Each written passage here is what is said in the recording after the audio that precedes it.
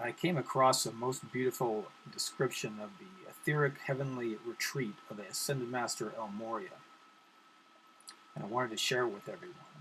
It's from the 1950s and the dictations that came in the Bridge to Freedom material.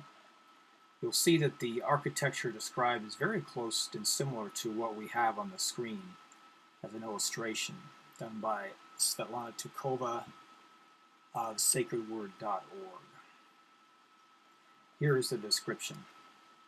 Magnificent radiant currents of light pour from Morya's retreat, which also has a focus physical in the hills surrounding the city.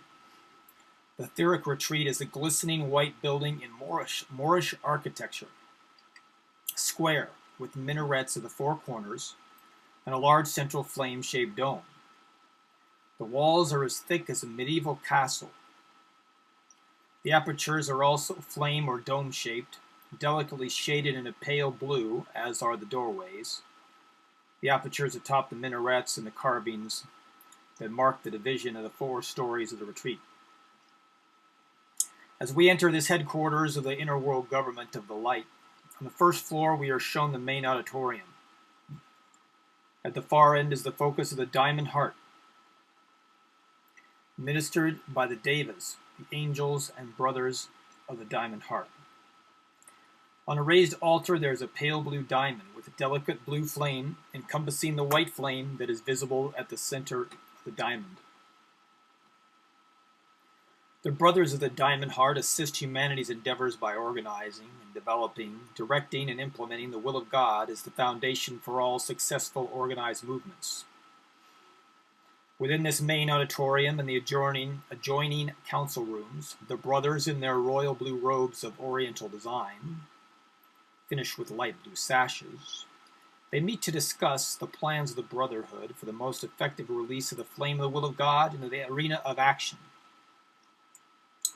Their great love for the will of God emanates the feelings of great compassion for humanity and of concern for their welfare, that they go not astray as they attempt in good faith to carry out the vows they have made at inner levels, to further the divine plan and the onward moving ride of the Father's will for the incoming golden age. The diamond shining mind of God is the focus, the very heart of any endeavor. Thus, these servants of the will of God, through their devotion to the diamond in the great hub of the universe, the center of the universe, and its focus, which is externalized here at the altar at Dazzling, assist the Holy Christ cells of any group who come together for service in maintaining the focus of that diamond as a magnet that will draw to the group the energies required for the completion of a particular project or community service. The brothers direct the angel ministrants of the flame, the devas and the angels of white fire blue lightning, who go forth into the creative essence of the sacred fire focuses here, to carry it daily to the many centers of action across the face of the earth. In rooms adjoining the main auditorium, public servants, world community leaders, and holders of public office are schooled between embodiments in their finer bodies during sleep. On the second floor, we are shown the private quarters of our beloved Master Morya, his study, the libraries, and formal meeting groups for members of the Dazzling Council. Another great hall is fully equipped to accommodate several hundred ascended and unascended masters who meet frequently to discuss international problems and the means to their solutions. As we approach the third floor, our hearts are expectant and quickened by the pulsations of the focus of the will of God. The doors to the flame room, now I'll explain here that each retreat of the Brotherhood has a flame room, where the chief flame of that retreat is kept. So the doors of the flame room are opened by our host, who bids us enter. Sparkling white walls are contrasted with royal blue floor and ceiling. The flame of the will of God is adorned in the center of the room by an inlaid design, a cosmic pattern in mosaic, a focus of the divine geometry.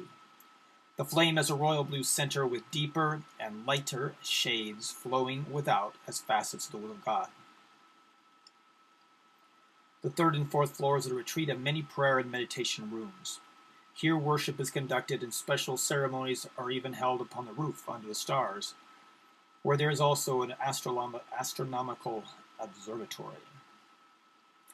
How I would share with you the mighty pillar of goodwill, the great blue flame that pulsates upon our altar.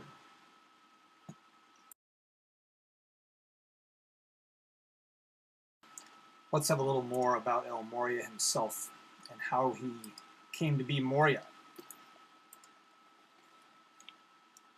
He says, have you ever joined a caravan to cross the trackless wastes of the deserts?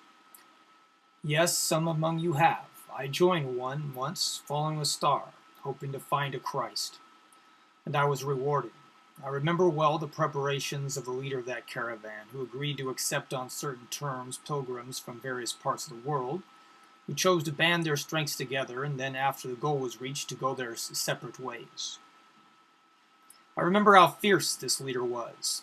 I remember thinking at the time how heartless, for I had not in my conscious mind a memory of the desert, the wasteland and conditions of nature against which the puny form of the physical body would be required to stand. He was a rough man and an uncouth one, and he spoke in rough terms.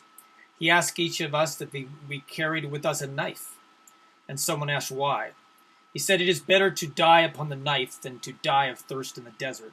If you should weaken, because we cannot stop, we must be on our way. Some among our number left the band. He examined well what we carried. He insisted that those who carried too much of worldly goods unload their camels or the horses and place in their stead plain water. There was grumbling because in exchange of costly goods was money and interest and reward. Some there were who hid their worldly goods in the skins in place of water, and they died upon the deserts. He asked us if we wore beneath the silken garments of the day protection against the heat of the desert sun, lest we be stricken as we moved relentlessly forward. Many other things were asked. He was relentless in that discipline. Those of us who abided within his counsel remained with that caravan to the end, and others' bones are bleaching yet beneath the desert sun. Now I seem to hear down through the ages the shout of the leader as he gave forth the signal to proceed. From group to group the call went forth. The sneering camels rose in their reluctant legs, the fiery horses champed at the bit, the lumbering elephants followed slowly. As the ho, ho, ho, the leader resounded through the heart and spirit. I stand in that place today, friends of my heart. So let's talk about Morya. Morya the diamond heart. Morya with his pink socks whose favorite word is cherish. Morya riding his horse on the sacred hills of Dazzling. Morya the drill sergeant sent by the highest heaven to make something of the ragtag army of light bearers he can round up upon this earth. There is something about that man Morya. He appears on the scene in old England, torn by feudal barons and darkness. Out of this mess comes King Arthur and his knights, who will live forever as an inspiration for those who love the spirit of heroism. He appears out of the sands of Israel and pulls together a people in a spiritual thrust that was key in the history of future ages.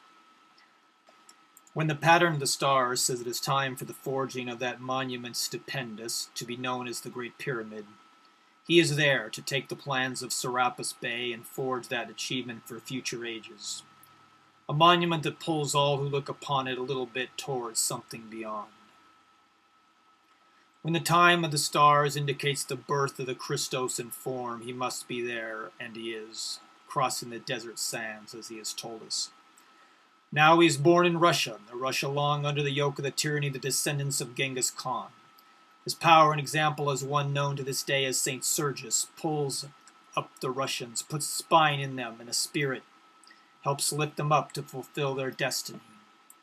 Things happen when El Morya is there, things of grand and glorious achievement. Nations form, people gather, grand causes begin. A legend is born that lives on through lives of men. Now today, as he pulled the stones together to raise a pyramid of the ages, as he assembled the knights of valor, so he would assemble us into something a little bit more like the Great Pyramid than the rough timber and misshapen rocks he may have found us as.